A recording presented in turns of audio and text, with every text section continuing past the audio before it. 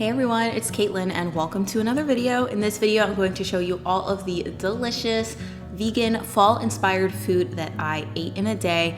I really enjoy this day of eating. It's very cozy, hearty, veggie-packed, mouth-watering, delicious, so stay tuned if you like to eat good food. This video is sponsored by Thrive Market. They are my favorite online retailer and have every single product I could ever need that's non-perishable. All of my favorite vegan, gluten-free, organic, responsibly sourced, fair trade, minority-owned businesses, basically anything you want, Thrive Market has it, and I love how ordering from them is as easy as a click of a button and it gets delivered straight to my door, often at prices lower than my grocery store. Thrive Market now has 2 membership options, so you can choose the one that works best for your lifestyle, either a 1-month membership for $9.95 a month or a year-long membership, which comes down to only $5 a month. And if you use my link in the description below, you can choose a free gift as well. We love Thrive Market and order from them all the time. So if you live in the US, definitely don't sleep on this.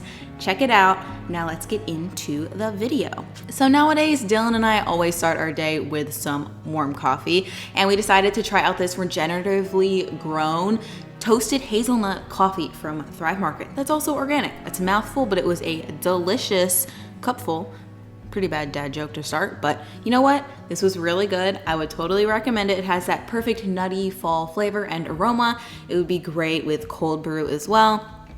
I just, when it's colder, I just want hot coffee. But let me know in the comments below if you're a coffee person or a tea person. I used to be a tea person, but now I'm actually kind of a 1 mug of tea, 1 mug of coffee kind of person, but I didn't have any tea today for some reason. Anyways, on to breakfast. I was feeling festive and I wanted to make some pumpkin protein pancakes. I kind of winged this recipe, but it did come out so good that I will be making a recipe for the blog later. So I'm starting out with my organic rolled oats from Thrive Market. I'm just going to put them in my blender to make some oat flour, which I'm going to use as the base for my pancakes because it's cheap, it's gluten-free, and it's effective. So we're adding some oat flour. I'm also adding in some unflavored pea protein powder for an extra boost of protein here. And then I'm adding some baking powder, salt, cinnamon, ginger, and nutmeg, which is pumpkin pie spice. So if you just have that, you can add that in as well. I'm also adding in a little bit of coconut sugar to give the pancakes some sweetness.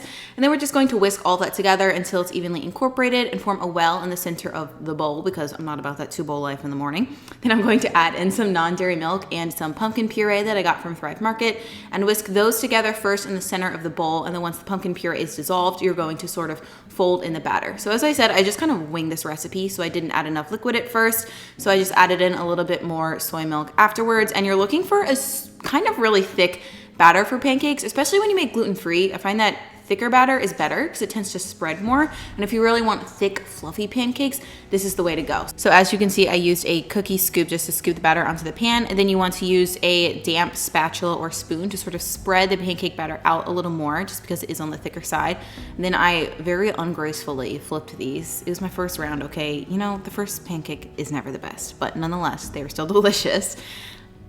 I need to improve my pancake flipping skills, guys. But anyways, you're going to cook them on both sides until they're golden brown and then repeat this with the rest of the batter. The batter may thicken up over time as you're cooking your pancakes. So if that's the case, I would add 1 to 2 tablespoons of milk just to thin it out a little bit. You still want this sort of thick consistency and you don't want to get it too much thicker. So once my pancakes were all cooked, it was time to plate and serve. I put them on a plate and then I'm kind of a textural person. So I added some sliced banana for more sweetness, but you could also add some diced apples or something. And then I wanted a little extra crunch, so I got this grain-free pumpkin punch granola from Thrive Market and I sprinkled that on top as well. It was very, very tasty. Then I finished it all off with a drizzle of maple syrup. I added a little bit after the photo because, maple syrup is delicious. And that was it. Just dig in and enjoy. These pancakes were super delicious. There will be a recipe coming your way soon, but it is pretty straightforward, so I think you can figure it out on your own as well.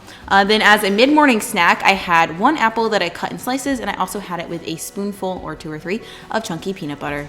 Next up for lunch, I decided to keep things relatively simple and fuss-free and just make some avocado toast because I guess that's a seasonal year-round thing. So to start, I just took 2 pieces of sourdough bread and popped them in my oven because we actually don't have a toaster right now. And actually, before I did that, I made some crispy tofu. I've shown you guys how to make this recipe like a million times on my channel, so I'll link it down below if you haven't seen that yet. But I made that, and then I used the bowl that I used to mix the tofu in to mash my avocado in, because there was some extra tamari and nutritional yeast in there, and I didn't want it to go to waste, so I was like, yeah, I'll just mix it into my avocado mash. So I mashed the avocado up in that bowl, and then I also just added a little bit of salt and pepper to it, because mashed avocado without salt, guys, you really just gotta add a pinch of salt. It makes a world of a difference. So that was my spread, and then once the bread was nice and perfectly toasted to my standards, I just dolloped the mashed avocado on top. And then I also wanted to add a little bit of a tang and like an extra crunch. So I took some homemade sauerkraut that I made. I actually have a YouTube video on how to make your own sauerkraut. It's pretty old, but I can link it below. And I made this sauerkraut from a cabbage that we grew in our garden. So I just thought that was pretty cool. And then I topped it with the tofu. I had a little bit of extra left, but I don't mind eating it on the side. And that was my very simple, fuss-free lunch. I just made the tofu while I was doing other things, and it took like maybe 5 minutes to put together. Then as an afternoon snack, I split this ginger kombucha with Dylan. And for dinner, we had some pumpkin chili with fries. I was just craving fries and chili, and this hit the spot. So to start out, I made my perfect oven-baked french fries. Again, I've shown you how to make this recipe a few times, so for the sake of video brevity, I'll just link it down below. But I will show you how to make this delicious chili with the organic pumpkin that I got from Thrive Market. So to start out, we're going to add some mushrooms to a food processor and pulse them until they form sort of like a coarse meal. This adds extra depth of flavor and a nice texture similar to ground meat to the chili. So now we're gonna get working on our chili. You're going to heat some oil in a large pot, or you can just use vegetable broth if you prefer. And we're going to add a diced small red onion and a diced red bell pepper to the pot and saute this for 3 to 5 minutes until the onion starts to look more translucent and the bell pepper begins to soften. Then at this point, we're going to add in our mushroom mince along with some garlic and some spices. I'm using chipotle powder, cumin, thyme, and smoked paprika. All of this will be linked in the recipe post below though for exact measurements and everything. So we're going to saute this until the mushrooms give off some moisture, cook down a little bit, and then we're going to add in a whole can of organic pumpkin puree, along with a can of diced tomatoes and some vegetable broth just to help thin things out. And then last but not least, we're going to be adding in 2 cans of pinto beans that we rinsed and drained well. I always say that backwards. Technically, you drain the beans first and then rinse them. Anyways, you're gonna mix everything together. I added a little bit of salt to taste, just because I thought it needed a little bit more to bring out the flavors. And you're going to cover this pot once everything is mixed and bring this to a boil over high heat. And then at that point, you can remove the lid and you're going to cook this down and simmer it for about 10 to 12 minutes until the chili has thickened up a little bit. And I would just recommend stirring every few minutes or so just to make sure nothing is sticking to the bottom of your pot. And there is one last step here that's optional if you would like. As you can see, the chili is a little bit loose right now, and if you want a creamier texture and consistency, you can take an immersion blender and blend 1/4 to 1/3 of the chili. This is going to help thicken it up, and then the starch from the beans is going to also make it a little bit creamier. If you don't have an immersion blender, you could also just take 1 to 2 cups of the chili, put it in a blender with a vent, and just blend it, plop it back into the soup, mix it all together, and as you can see, it looks a lot thicker and heartier now, which is the way I prefer my chili. So once the chili was finished cooking, my fries were pretty much done. They were perfectly golden brown and crispy. I haven't had these in such a long time, but I find that I just have really been craving a lot of potatoes in the fall, and that's good because they're good for you and are cheap. So I put my potatoes in a bowl, and then I put my chili in a bowl, and I topped it with some nutritional yeast for some extra cheesy flavor. You could also do melted vegan or dairy-free cheese. And I added some fresh thyme leaves and black pepper to seal the deal.